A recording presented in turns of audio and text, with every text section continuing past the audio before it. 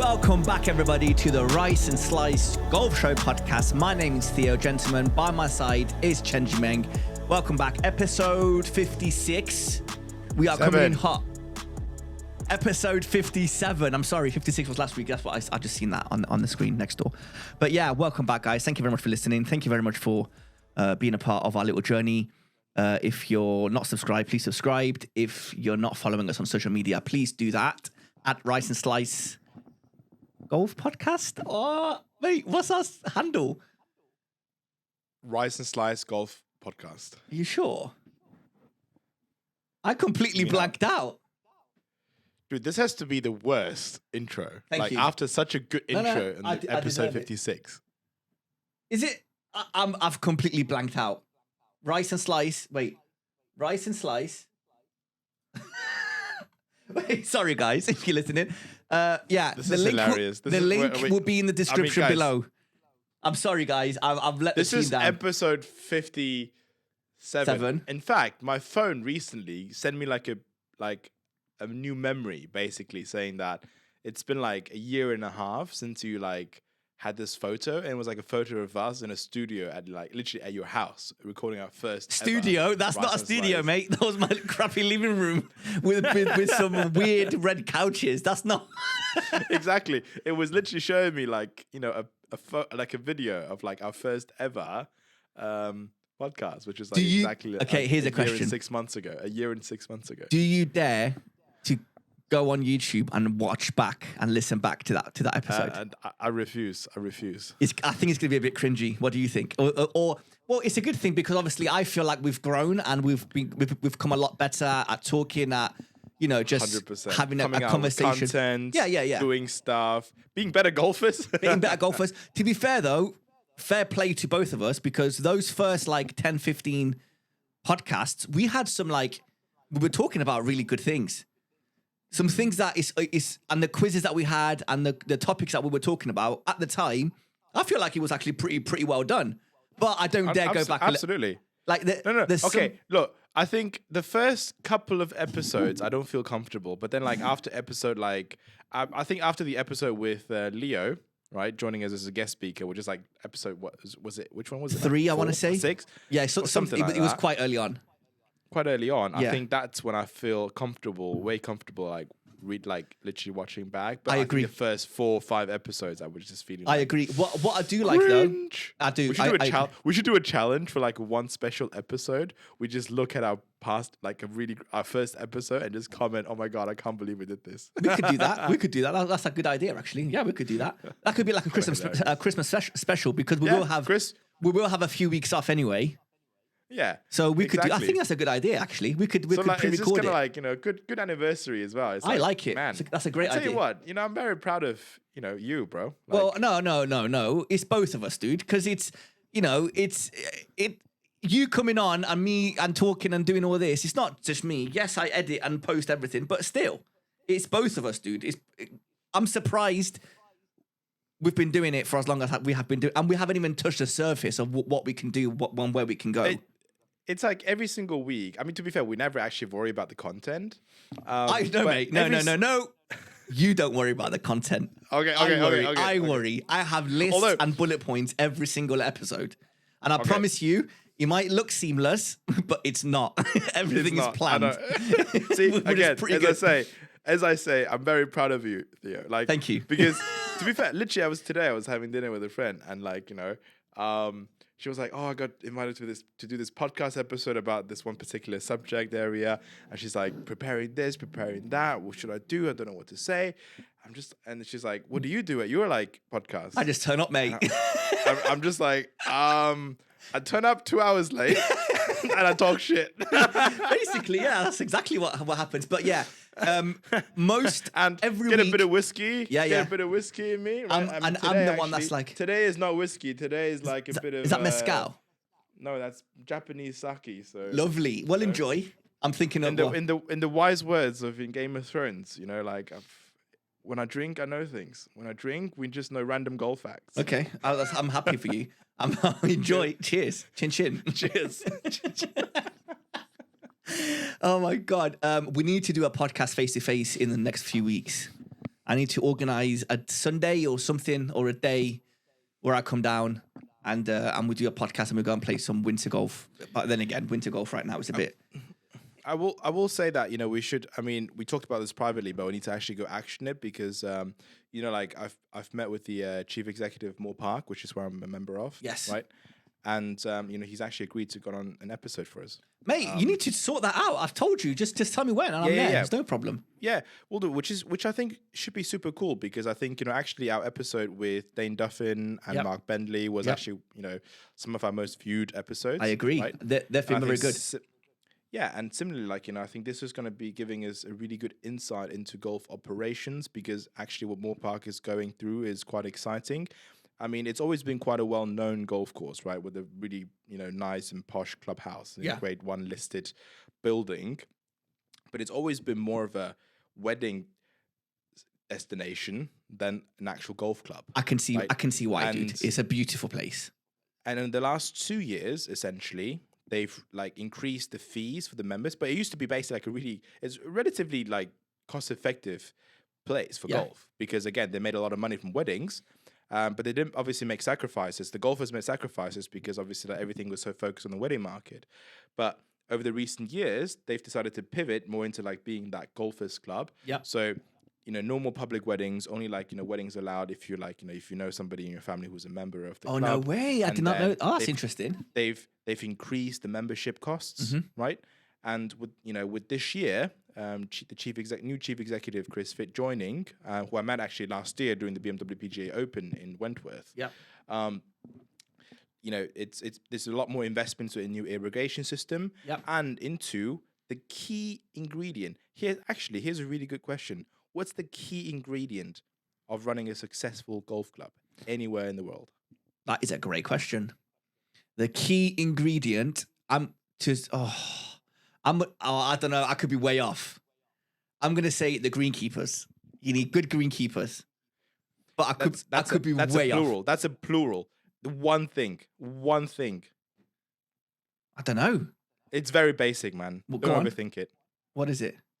Grass. Water. Water? Wait, yes. What? Water.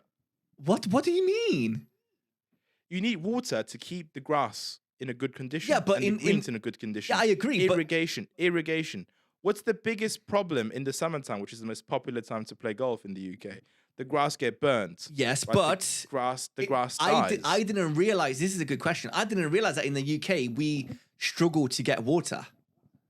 Not in the winter, no, we don't. Obviously, I thought but in general. the summer, especially with climate change looming upon us, right? Already happening, and you see every single summer in July, all these courses kind of the grass is dying out, going brown. That's a huge risk. Obviously, you can still play the course, but the problem is the grass won't grow back, and once they grow back, it's going to be very different quality if they kind of dry out. Yeah. So, most public golf courses have really struggled with that because they don't have a fairway irrigation system. Only the best clubs or expensive clubs in the UK actually have a fairway irrigation system, right? Wow. Okay. Yeah. Now, but the thing is, you can have a fairway irrigation system, but if you don't have enough supply of water, it's kind of a moot point. Because if you don't have enough water, because again, the water gets approved by the local council.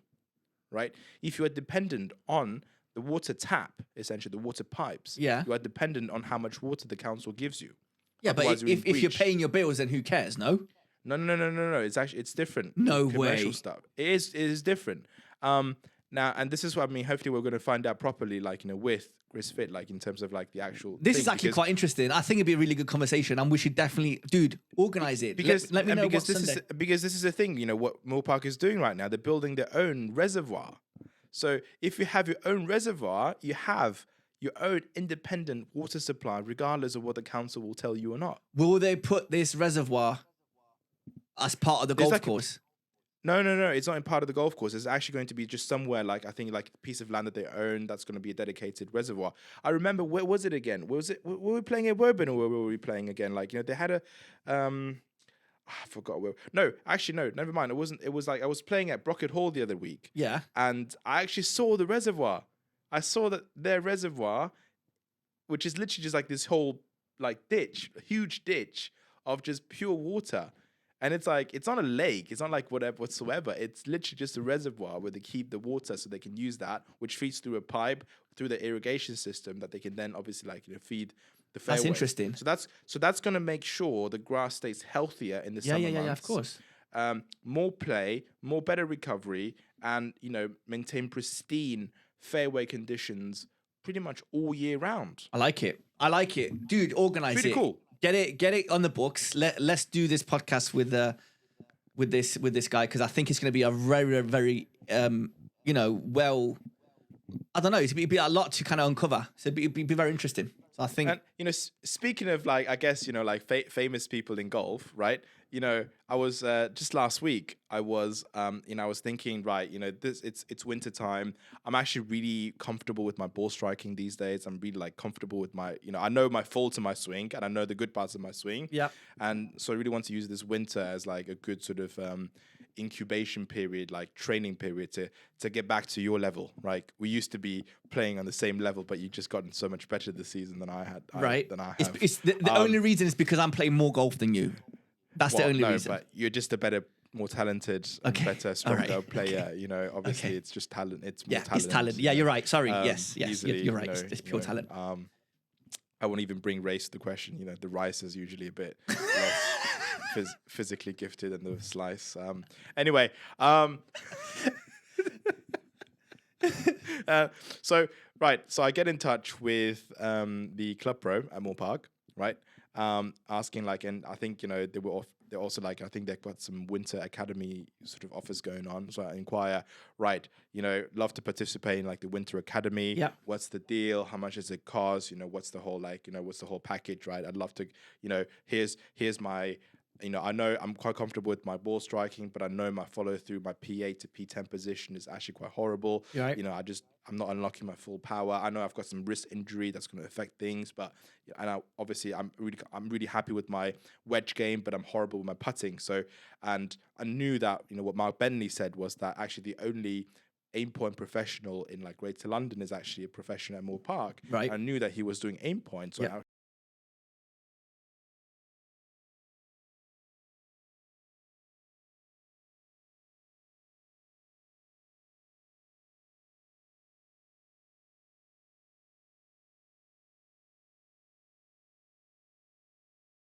it was how crazy is that? And that day, I ended up speaking with Mark Bentley, just randomly, a catch up as we do. And he was like, "Oh, by the way, we're talking about Chenji today." And then I said, "Yeah, I know, I've heard." But yeah, and apparently there's something new with aim point. Obviously, you don't know aim point. Wait, there's a new version coming out, isn't there? There's a new. It's not a new version, but it's an updated version of Aim Point Express, and it's basically a new way of reading the greens from 10 foot and 10 foot and in. And Mark was like, "I need to get you in. I need to show you this method." And I'm like, "Yeah, cool. Let's sort that out." So beginning of next year, I'm definitely booking in with Mark, and I'm going up to kind of see him. And see what the new secrets are, because I love knowing all these little secrets. That's sick. Yeah. Speaking of, where do you want to start with first, dude? Because we've got a decent episode lined up. Do you want to talk about my golf over the weekend? Do you want to talk about a G4 update, which you have? Do you want to talk about the conversation that we had about the irons? Where do you want to start, Chenji? It's you. In chronological order. Which is what? Which is whatever you mentioned, whatever I mentioned, and whatever we mentioned. What? No, let's go with your golf game first, and then my G4 update. Okay. Let's go. Okay. Right. Chenji. What's the best score that How was your golf this past weekend? So this past weekend I didn't actually play the golf because the weather has been so dire in Derby. Every single golf course was shut down. I did go to a Trackman suite that our friend, well, more your friend than my friend, Will Painter, has just opened. And I've actually entered a winter league with some of the boys that I play golf with at Ashbourne, and we start next week. But on the Tuesday, I went and played at Northamptonshire, Halstone, I think it's called, is one of my favorite golf courses in the UK to go and play. Every time I talk about this, I always say, dude, I need to take you there.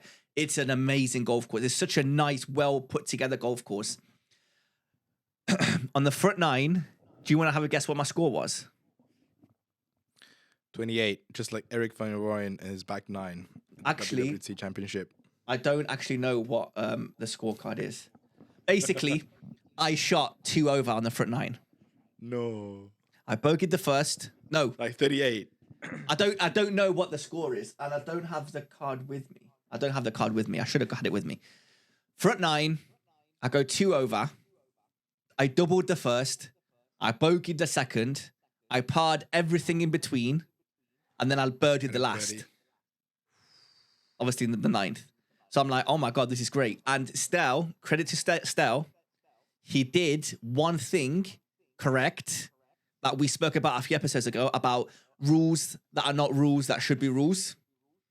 He didn't even mention how good I was playing on the front nine. So normally, you know what happens? Like when you're playing well, you're like, oh my God, I can't believe you parred another one. Oh my God, you're playing so good today. I don't like that. He didn't mention it. Big egg. What it is, and he didn't do it. So I'm like, okay, this is great. But the problem was, I was waiting for him to say something because I was like, this is not normal. Like what I'm doing right now, and it's not even that I played great golf. I played good golf, but off the tee, I had some questionable shots, but I recovered really well. There was a shot where I was I was about 80 yards out, but I had this massive, honestly, massive tree in front of me. And it was tree and then green. And I had the biggest flop. Honestly, the apex must have been 100 feet in the air. Went straight over the tree and landed within 7 feet.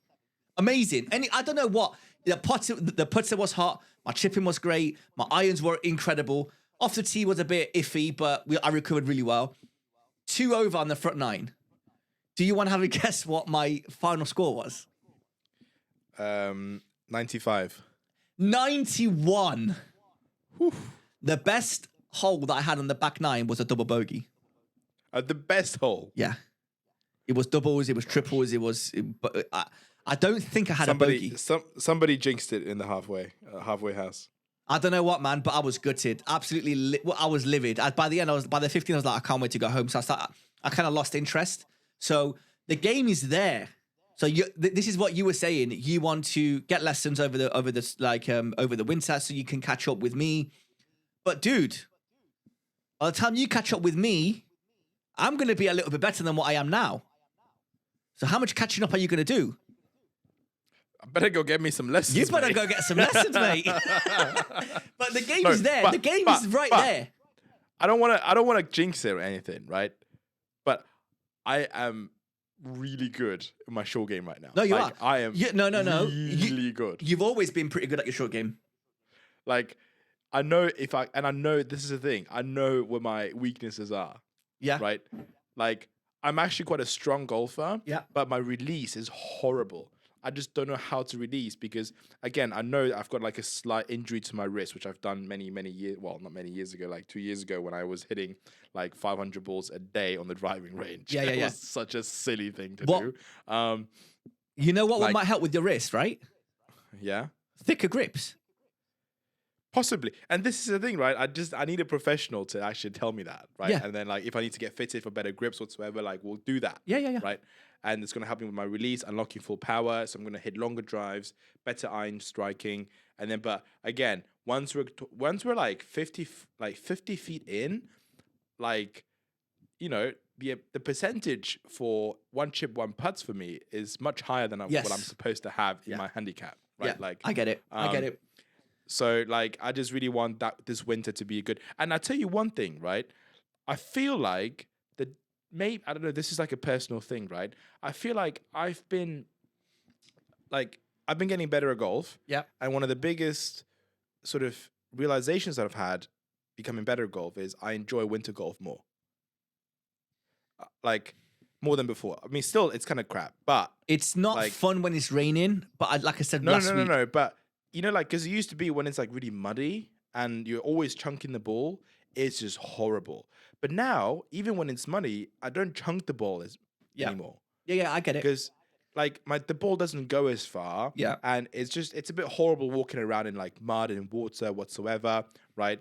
Every once in a while you do hit like quite a chunky shot around the greens. And But again, it is what it is. It is what it is. Yeah. But unlike sort of like, winter golf like a year or 2 years ago, now like 90% of my ball striking is still going to be on point. The ball gets into the air. Yeah. Runs, right? And it goes where I want it to be. And all I'm like happy about is just that, right? I'm just happy to be out here playing a game that I love and in a decent way, like not sacrificing too much. I mean, yes, I'll have to club up. Yes, I'll have to use my hybrid. But that's fine. That's okay. But that's part of the game. Great, it's part I'm of the outside. game. Yes, I Even agree. carrying the bag feels better when you're playing better. I agree. So I mean, listen, when you're playing better, first of all, you're going to enjoy the golf course wherever you're playing a lot more. You're going to have a good time. You're going to go home happy. A lot more good things come out. So, and you don't even care if it's windy. You don't care if it's raining if you play good golf. Exactly. And my slice is gone. Like my driver slice. Yeah. Like my driver used to be my least favorite club in the bag. Yeah. Now my driver is my favorite club in the bag. It goes down the middle, almost every single time. Yeah. And that's what I'm just happy about. That's right? good. Like I hope you get the lessons. I hope you grind. I'm planning on grinding. I mean, I had a lesson today. I get lessons every month now. And I'm getting lessons, like I said, today. We worked, mate, it's every lesson that I've had this year. Let's say 9 out of 10 lessons have been on driver, and I'm still struggling with driver. It's mad, absolutely crazy. But today, the golf lesson I had today might have been a breakthrough lesson. I'll let you know next week because I'm playing tomorrow at the Warwickshire. The weather's looking decent for tomorrow. I don't know. It might be a breakthrough. When you're there for so many hours grinding, and then one thing just kind of clicks. It just clicks. I mean, dude, for me, I know exactly what you mean because, again, as I said, driver used to be my most dreaded club. I never use it. I'd rather pull out my 3-iron. My 3-wood. Yeah.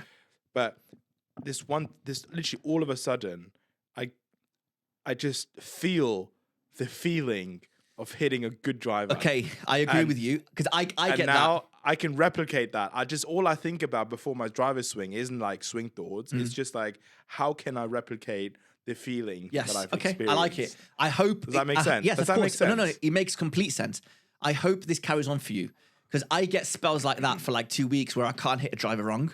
It goes long, it goes straight, it goes exactly. If I want to fade it, I can fade it. I'm not drawing a ball, but if I want to fade it, I can fade it. If I want to hit it straight, I can hit it straight. And then, like exactly what happened on Tuesday, front 9, hit the driver, no problems. Back 9 is like I forgot how to hold a golf club. Literally on the same round, from one end to the other. So I just need to kind of stay focused throughout the whole round and not worry too much about scores and about shooting well and not let it get into my head. I think I got too much into my head on Tuesday. That's why I played so bad. But today's lesson, like I was saying, I think I had a little bit breakthrough. I'm going to try out what I learned tomorrow. And the best thing is I don't like too many swing thoughts. I just want to keep it as simple as possible. I don't want to be thinking too much and overthinking swing thoughts when you're over the ball. That's the last thing you want to do. So I think everything is fine. It's just the backswing is perfect. Downswing terrible. With driver. It's a perfect swing for an iron. Worst swing you can possibly have with a driver. And that's why I slice it. That's why, it just doesn't work. And then I overcompensate and then I create like a hook.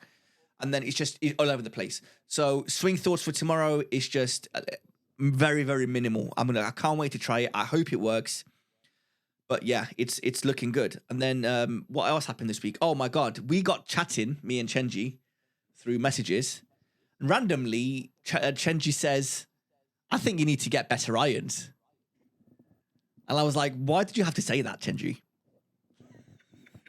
That was the worst thing you could have said because I was thinking about getting new irons for about the last 2-3 months. Price is not really the problem. It's just. Ooh la la, that's no. Listen, I've won 10 grand from Rick Shields. I can afford to buy some new irons. Ooh la la, I'm gonna say that to every single person I meet. you want to do that anyway. So I could easily go out and buy some irons, but I don't want to be that guy where it's like, oh yeah, let's just go out and buy some irons. My plan was, this is my idea, right? I'm fortunate enough to have a decent job. I'm happy where I am. I make half decent money. I'm not struggling. Everything is good. So I can get new irons. So my idea is This year I got a new driver. Next year I get new irons. The year after that I get a new driver, and the year after that. So I kind of every year I'm updating part of my bag, right? Ooh la la. That's how the other half live. Come on, mate. Relax. I think I don't know. Yeah, whatever. No, I'm not rich, dude. It's just I save money. Do you know what I do? Actually, this is funny. So every day, whenever I come home, any change. This is actually funny. You mentioned this. No any way. change This that I is have, cool. yeah. Any change I have in my pocket, I put into this little container, right? If you're listening, I've got this like jar, like a piggy bank. Every single day, this gets filled with like pound coin, 50p, whatever. So if I go to a shop and pay £10, and they give me like, I don't know, £6 in coins, all of that money is going into this. I have an envelope in here, which is what I kind of, when I changed all the change, there's about £400 in here. Look, No I'm way. showing you. 400. So this is just random change, right? So what I do is I save this money, and then let me put that back. And then there's about £500 in here, right? So what I do is I save this money, and whenever I want to buy something new golf related, because it's always golf related, or if you want to go on like a golf trip or a golf holiday or whatever, first of all I use this money. That way I don't feel guilty that I just spent £500 on a new driver, for example, because I just used the money that I already had from like change that I didn't even realize that I saved. So that's my little thing that I do. So I thought, really yeah, good. I've got some money saved. It's fine. Like, you know, I do put some money aside for golf anyway. So I'm not planning on any big trips anytime soon. We do have a trip that might happen in the beginning of next year. We might go like Marrakesh or Portugal. But again, it's fine. You know, I've got some money aside for that. So Chenji says to me, you should get new irons. And I'm like, dude, I've been thinking about this for a while. I don't mention it around my friend group that I play golf with because they're all going to talk me out of it. Because I know, deep down, I know that I don't need new irons. No, you need new irons. I know you, mate. I know you. I mate. want new irons. I don't need new irons. So No, you do because okay, go on. So we get into this conversation, and the more me and Chenji are talking, Really random. like It was out of literally nowhere, we're Chenji just says, "You hey, need new irons." how are you? Life's good. Blah blah blah. Okay, you know everything goes all right. Oh, by the way, Theo, you need new irons. Your exact words were, "You need better clubs." That was your exact words out of nowhere. But I didn't even ask you. So I was like, "Dude, I've been thinking about this, but I don't know. I'm comfortable with my irons right now, but I get what you mean." So I've been thinking. I think you're right.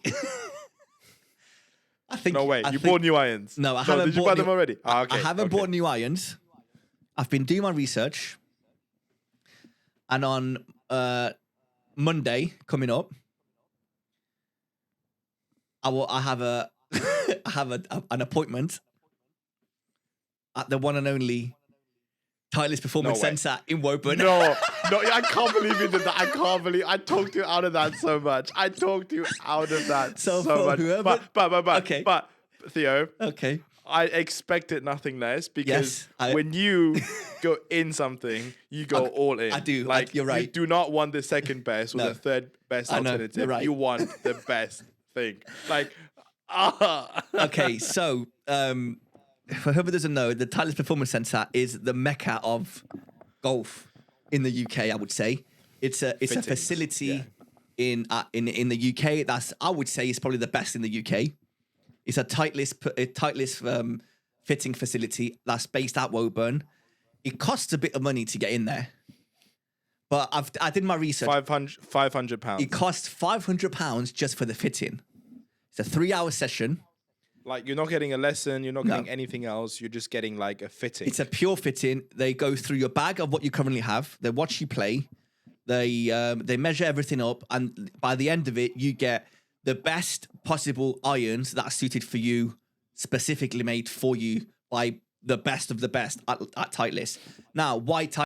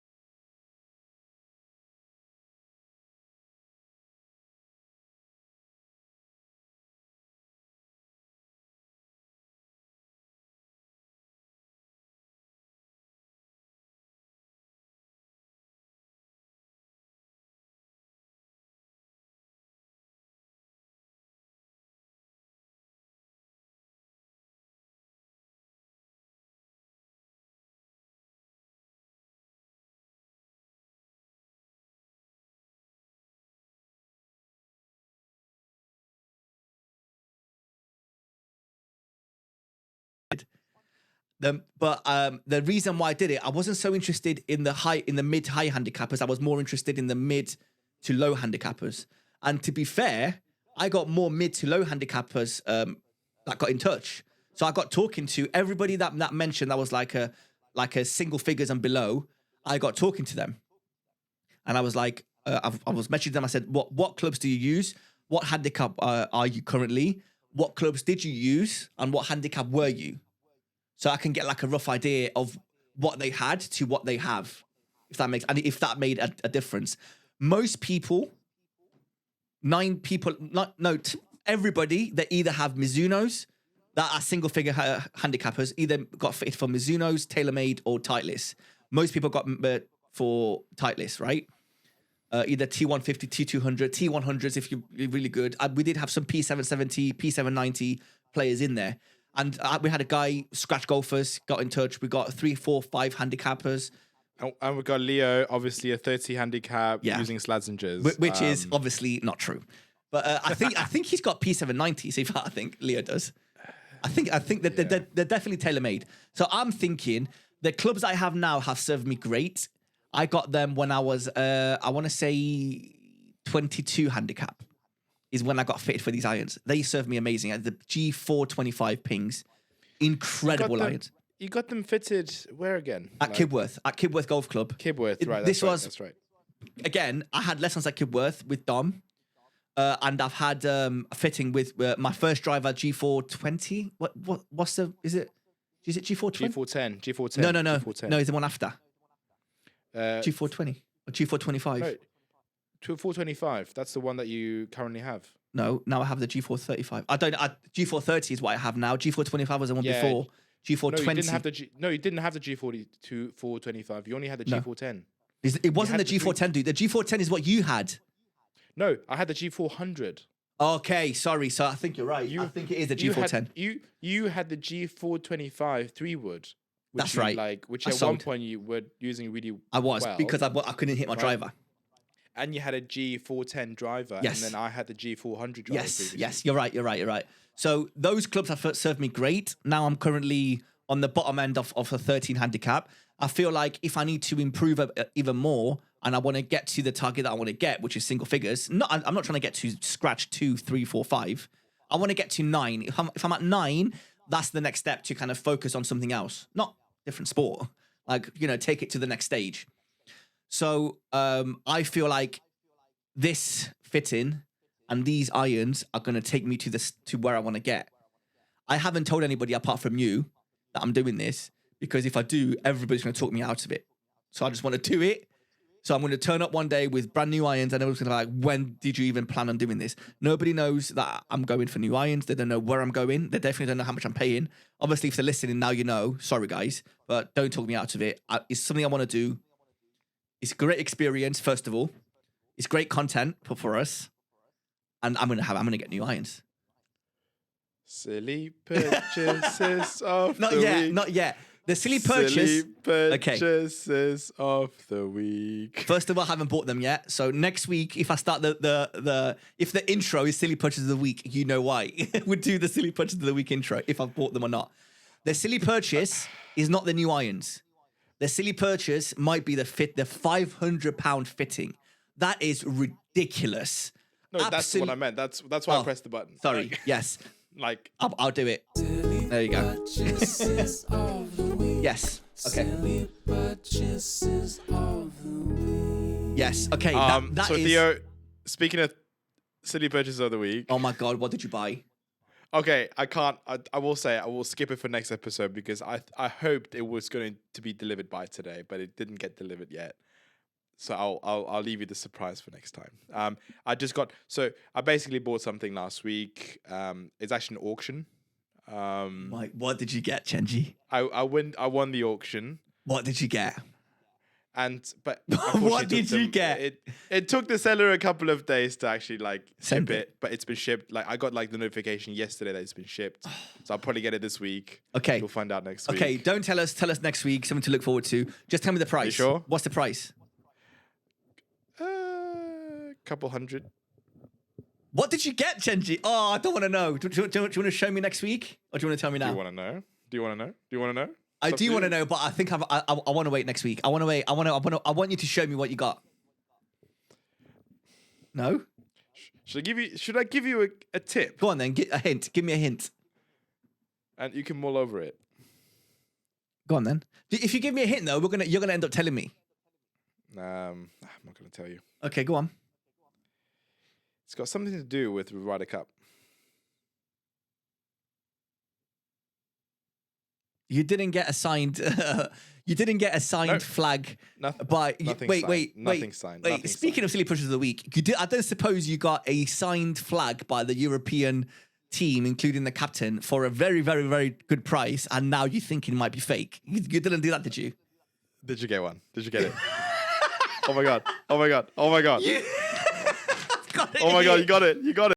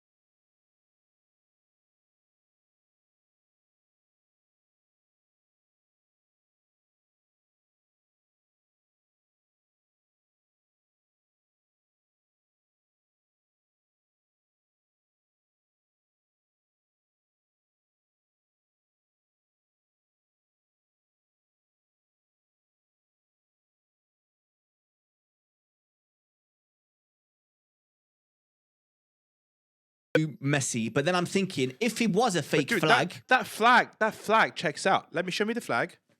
The whole flag. what do you mean? No. The flag is correct, dude.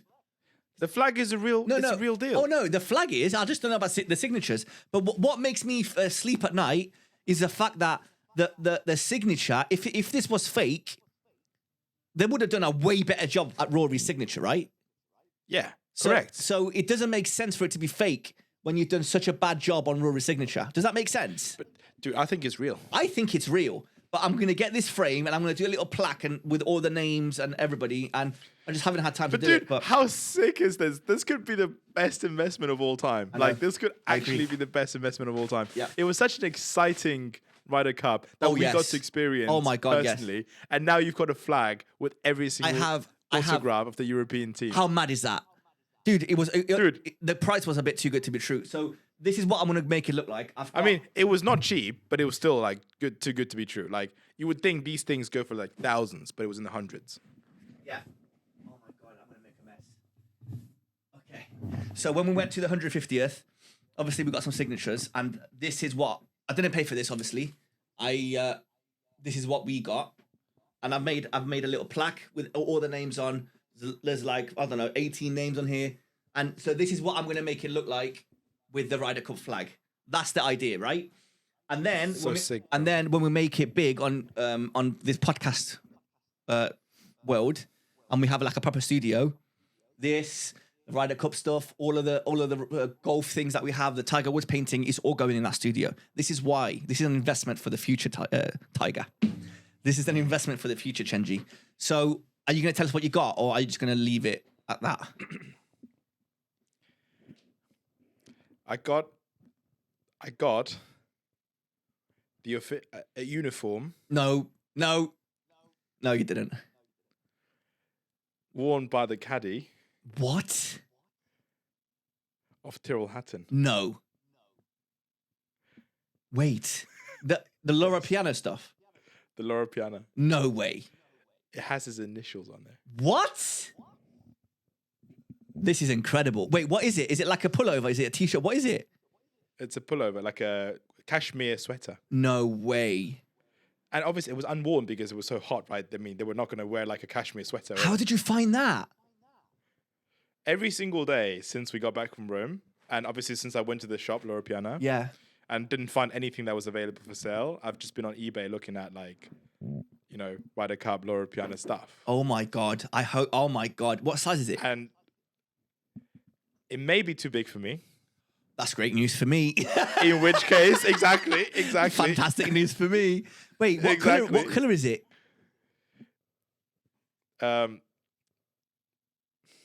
Oh my God, dude, I'm so excited for you. I hope it's too big for you. It's the blue one. So it's like European colors. Oh my God. It's the one they wore, like it's the color theme for the first, I believe it was like the first day of golf. Wow. Like I'm trying to like Google. not the light blue one, not the yellow one, but I think it was like either the first day or the second day. Wow. Very cool. I can't wait to see it next week. Obviously, you're gonna be wearing it next week. I expect nothing less from you, Chenji. Wow. Like I actually can't wait. I mean, it's probably going to be too big because it's like an extra large. Perfect. That's my size, Chenji. I know it's your size, so I thought I have to like. It doesn't matter how much it costs because I know if it doesn't fit me, like it'll just be yours. Perfect. And it's a piece. It's actually a piece of history as well. It is. It genuinely is. I mean, like wow. it is Tyrrell Hatton's caddy. That like, is very cool. Like, to be fair, I didn't even like the seller did not make it very clear. Like, but obviously I saw like there was the initials in there, and I obviously knew the history. Like obviously like that uniform only came, you know, with the players. You couldn't even buy it at the store. And I was like, but I don't know who the caddies were for like each of the players. So I went, like, I literally Googled every single caddy for like the European team, right? And to match the initials, and it turns out to be Tyrrell Hatton's caddy. That's very cool. And the size checks out as well because of his like, kind of like whole kind of posture, like. That's very cool, dude. I can't wait to see it. I genuinely cannot wait. I can't wait, and it's been shipped. So I would not have mentioned it if it hasn't been shipped, but it's been shipped. I paid like the moment after I won it, right? So brilliant. I can't wait to see it. I need to. I don't keep an eye on things like this on eBay because I know what's going to happen. I can't help myself but buy things, dude. But mate, dude, like I was fully expecting not to get it, like because I literally made like within the last 5 seconds I made like a counter offer, and somehow it went through, and I basically sniped it from somebody else. So were there like loads of bids on it? Nah, surprisingly not. Golden age. So right. so believe it or not, I actually got it at a decent price. I mean, it wasn't cheap. I mean, these things don't go for cheap, but it was actually a surprisingly decent price. That's brilliant. Look, I'm glad they're talking about buying things. Perfect segue. I was just gonna say. I'm glad I'm not rich. I'm so glad, dude. Sam Snead, which is one of the greatest golfers of all time, his 1949 Masters trophy is up for auction. Do you want to have a guess at what the current bid is? And I promise you, if I could afford it, I will be the highest bid. Do you want to have a guess at how much the highest bid is? $500,000? $79,000. Okay. Right? Okay. Not a lot. Keep in mind, there's like where is it? There's 13 days left. Yeah. The starting bid was 25 grand. Tiger Woods, actual backup Scotty Cameron putter, $126,000. Huge. The actual PGA. Huge PGA Championship winners Wanamaker Trophy. What's a Wanamaker Trophy? The Wanamaker Trophy is the. Is it offered here? Is it official? Is it the Players? Is the US Open? One of the trophies in the majors is called the Wanamaker. Oh, hold on. Okay. The Wanamaker trophies given to the PGA Championship winners are traditionally small, so-called player trophies. Okay, no, it's the winner of the PGA Championship. It's the winner of the PGA Championship, the major. Yes, but the actual trophy, you have to take it back the year after. But they give you like this trophy. Like every trophy. Yeah. Every trophy. But they give you this trophy to kind of keep at home. And this trophy is up for sale. 17 grand. Obviously, like, oh, what would you do with the trophy? It's a piece of history. Like, who cares? Bobby Jones at 1920 US Amateur Low Qualifier Trophy. Scotty Cameron's. Mate, I'm so glad. Tiger Woods. Here we go. This is not something that I'm into. Oh, my thing has just crashed. This is not something that I'm really into. But there's where is it gone? Here we go. There's what do you call it? A Tiger Woods 2001 rookie card that's autographed by Tiger Woods, right? So it's like like the cards that we used to collect with Pokemon and bloody, I don't know, Match Attacks. Tiger Woods one, PSA 9 or Beckett 9, I should say. It's nearly 9,000 euros. If I was rich and I had that kind of money, mate, I would be on this golden age website just buying a bunch of things. Scotty Cameron's, I would have a garage full of Scotty Cameron's, like rare, easy. Just Scotty Cameron's, rare like Tiger Woods memorabilia. I'm not good with money, if you haven't already noticed. If I was rich, this wouldn't give me as much satisfaction. Do you think so? Yeah, of course. Because like if I can spend 80 grand like it was like 80 pounds, I wouldn't enjoy it as much. No, I disagree. I get what you're trying to say, but I disagree. Just for the pure fact, I would spend 80 grand like it's 80 pounds if I had that kind of money, but I would have this piece of memorabilia, this piece of history that I would stare at and think, this what is a part of golf history. I have Tiger Woods' actual backup putter. Like, now I have a Scotty Cameron right in front of me. Imagine if this was... But then again, I could be buying anything belonging to anybody in the world. Yeah, but it's Tiger Woods, dude. Come on. Yeah, but I probably wouldn't That holds some value, no? Yeah. No, don't get me wrong. Yes, of course. Like, the one thing that I spent my money on that I won from the Rick Shields video, the only thing that I bought was the Tiger Woods painting. Tiger Woods painting, dude, yeah. I stare at this thing 5 times a day, and it puts a smile on my face. When your wife is away, stop. Let's change the subjects. But yes, it genuinely brings me so much joy, the fact that I just stare at this thing, and I moved it around because I would like run into it when I walked into, because my little room, the little office is tiny. It's like a little box room. So I moved it because I used to like run into it every single time, and I'm like, no, I don't want to damage it. So I moved the place, and now I'm literally staring at it, and it brings me so much joy, the fact that I have this. Imagine if this thing was signed. I don't know. Imagine if it was like Scott, one of his putters. Like, I don't know, man. It's just, I love things like that. Happen, mate. I wouldn't be surprised. I genuinely, but this is why I would never be rich, because the second I have money, I go and I spend £500 on a Titleist experience or fitting. That's so much money, man. So much money. It doesn't even come off your irons. That is a lot of money. I'm very grateful to be where I am, but I'm not good with money, as you can definitely tell. Speaking of money, tell me what happened. Tell me, Chenji. So the day after you post that video, the clip on Instagram, wait. Start from the beginning. Background first. Okay. You go. Okay. You're better at English. English is my third language. Okay. It's probably your fourth language, if I'm honest, mate. It's not your third. So last week, we spoke about the fact that Chenji knows a guy from a guy that's a friend of a guy that's a relative to another